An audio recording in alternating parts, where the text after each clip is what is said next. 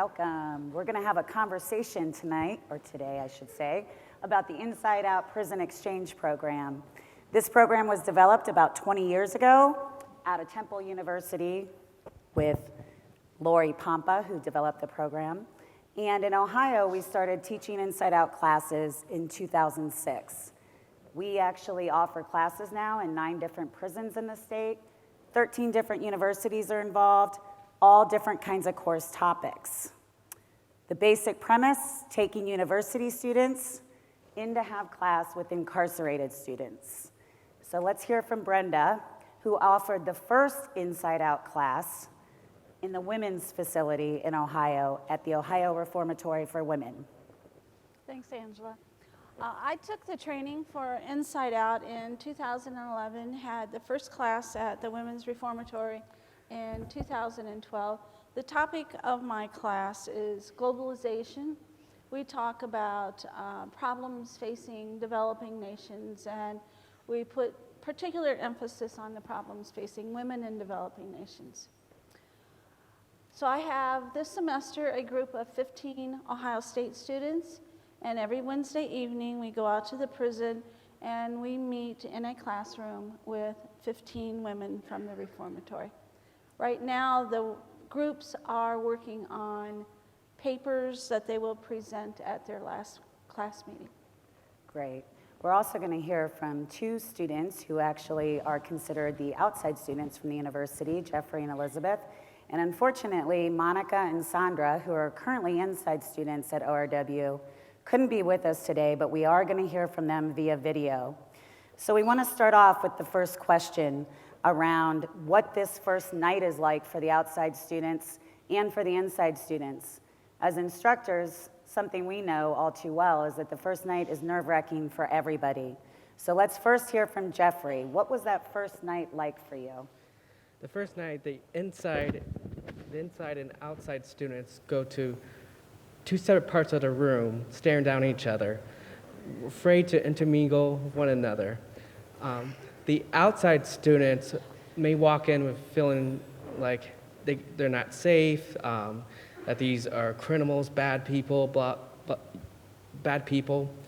And while the inside students might look at it as college students as being uptight, know-it-alls, might be there to judge them. And so there's a bit of distrust at the first night. But over time, we do like icebreakers, and then we go on and do group discussions, get to know each other, and we start to realize that we're all people, we're human, and that prejudice between each other goes away. Great. Okay, first up, we're going to actually hear from Sandra, who's an inside student in Brenda's class. The first night of Inside Out, I was feeling very nervous, very anxious, but also very excited to start the group. When we arrived, the first thing that I noticed, what had happened, was that people had separated themselves from one another, that the people on the outside sat with one another and the insiders all sat together. Dr. Chaney instructed us to then go around the room and introduce ourselves and say a few things about ourselves, and that kind of broke the ice a little bit.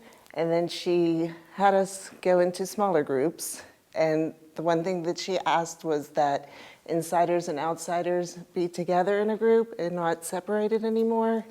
And before long, we got on the subject of traveling, and we found out that one of the youngest members of our group, an outsider, she had traveled extensively, like out of the United States to other countries, and it was very interesting. One of the interesting questions you might be thinking right now is, why would you want to go take a class, any class, inside a prison? Or why would a college professor want to get trained to teach in prison? So let's ask that question of our guest. Brenda, why did you do the Inside Out training? When I decided to major in sociology many years back, I chose sociology as a major because I wanted to study prison. And when I was, along the way, I did work in a prison for a couple of years, and then I went back to school and finished my PhD. But my main interest has always been prison and what we as a society do to rule breakers, and how can we break the cycle of prison. And one of the ways to do that is to change attitudes. So in a very small way, 15 people at a time, Inside Out is changing attitudes. Great. Jeffrey, why did you take the class? Mainly out of curiosity. I mean, most of the time we're sitting in classes reading it out of a textbook. And when we get to go to the prison, we get to see it in real person. And it's a unique experience to see it from the inside and see it from the inside. But at the same time, I also was at the first Inside Out, and that was back in 2012. I actually dropped out of college temporarily. And over time, Dr. Chaney kept telling me to come back, and I kept coming back doing the program. And just like a lot of the Inside students, I started to get my thirst for education back. And over time, I decided to go back to school, and now I'm majoring in social work, and I want to help people in the prison system. Great. Elizabeth, I'm particularly interested in how you got involved in the class since you're a biology major. Well, I took Introduction to Sociology, and I thought it was super fascinating. And I have friends that took this class, and they said, you have to take this class. It is life-changing. It's amazing. So I was like, okay. I mean, I even live in Marysville, so for sure I'll take the class.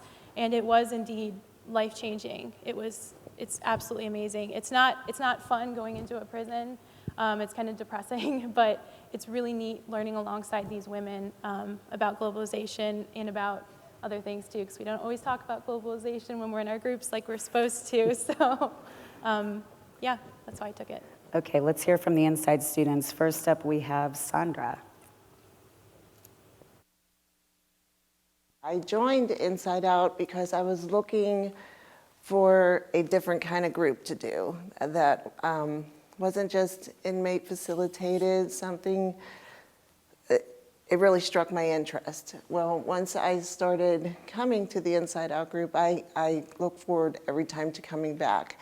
And it's something that I hope that once I leave here, that I can come back and join and talk about my experiences with it. I just feel like just having the conversation with people, like people getting together and having discussion groups, it's a way of changing the world. Okay, let's hear from Monica, why she took the class. I actually received a pass to come to Dr. Chaney's Inside Out class by accident. I was curious, and so I talked to Miss Radebaugh, and she told me to go ahead and go and see what it was about. So I continued to get passes. I continued to go. At the time, it was a bi-weekly discussion forum, and then I learned a new semester was going to begin in January, so I was eager to sign up. Any opportunity for me to further educate myself and find something to do with my time is something I want to do to make the best out of a bad situation. So when Dr. Chaney and the students come in and we discuss different things and we separate into groups, and every time it just seems like you learn a little bit more about yourself, and at the same time you learn a little bit more about the world. So that's why I think is the best way to explain why I attend, is because I want to be a better person when I leave here. And for just a couple of hours a week, at least, it's almost like I'm not where I'm at and I'm in a real classroom. Basically, we just got in discussion talking about school, and she has a son in Wright State, and she was real excited about the fact that she can have that kind of educational experience with other college students, and yeah. So and I talked her into coming to do the Inside Out program next semester. So Yeah, I was going to add about why do we do this. I think it is so important that I have started a second Inside Out program So in the fall, Inside Out will be going to Marion Correctional Institution, and in the spring of 18, we'll be back at Ohio Reformatory for women again. So that will be, I will be spending a lot of time in prison. I get to leave. Yeah. Actually, we tend to find more compassion and humanity in prison than a lot of folks want to believe. And one of the things the Inside students brought up is the fact that there aren't higher education opportunities for people in prison, that many, let alone opportunities to be in a classroom with other college students, and particularly for women and men serving life who are not eligible for any type of programming unless they're close to 5 years to parole or release decisions. So I don't know if you want to say anything, Brenda, about the book group that you started to kind of address some of these concerns. People in Ohio who have life sentences are not allowed to take any education programs until they are within 5 years of their parole board. For some people, that means they will never be eligible for education. So last year, I started a book discussion group with the women doing life at the Reformatory. We've been reading a book called Women Doing Life by Laura Lempert. The group has been meeting every other week, and when I initially started, I thought we would go through the 9 chapters of the book in 2 months or 3 months. Well, we are now about halfway through the book after 6 months. Wow. Because the book speaks to the women, and this is their only opportunity to have any type of educational experience. Wow. I'm also interested, Elizabeth, how did the Inside Out class, especially since you're a biology major, change kind of your perception of prison? So I think that, especially as a science major, things tend to be more black and white. For me, that's what I thought before taking this program. I thought, okay, bad people go to prison, like they're in there because they did something wrong. But I think it's definitely more complicated than that, and it's definitely changed how I view prison, how I view the people that go to prison. I think that most of the people are in there because of missed opportunities, maybe because they don't have the same support systems that we do. And one of the things I noticed was that most of the women are in there for drugs. I think that is so interesting because I don't understand why we would imprison someone for an addiction, which we now know to be a disease, instead of helping them some other way. So, and touching on the lifer subject, some of the women in our class are in there for life, and this is one of the only programs that they can do. There are other programs at the prison, like working with animals, some vocational programs as well, and they can't do those. So this is one of the only programs that they can come to. So I thought that was sad, Yeah. frankly. Let's hear from Monica, the Inside student, not, of course, about how her perception of prison changed through Inside Out, but maybe her perception of college shaped or reshaped as a result of Inside Out. Anytime in the past that I ever heard about educational classes or even college classes being offered to prisoners, I never really gave it much thought. I know we discussed that before about how, the idea of people having an opportunity to better themselves, being inside the system was a great thing, and I never would have imagined that the tables would be turned and I'd be in the position that I am. So I'm very fortunate to have those opportunities and to be able to take advantage of doing different educational courses and groups such as Inside Out. When Dr. Chaney and the students come into the class, it's refreshing. So they bring current events into conversation and so on. And it's almost, it's just a different take on things. At times it's like getting away for a little bit to discuss current events, social issues, and entertainment, and so on. Like I said before, too, I've been grateful to be a part of something like that, and it's even made me rethink my own college education. I have an associate's degree that I obtained in 2004, and all of my classes, except for a couple of independent studies, were in a classroom setting. So to see the students come into a prison setting is very interesting.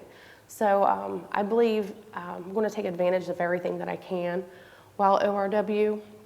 And even once I leave beyond that, I want to go ahead and continue my education and at least finish my bachelor's degree. So what are some things that we want folks to take away from learning about the Inside Out Prison Exchange class? Brenda?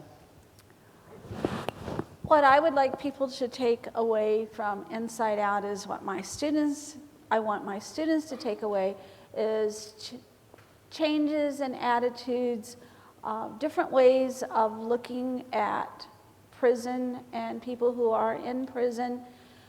For my inside students, I want them to feel like they can go to college. Many of the students dropped out of high school and have prison GEDs, and they take my class and they write papers.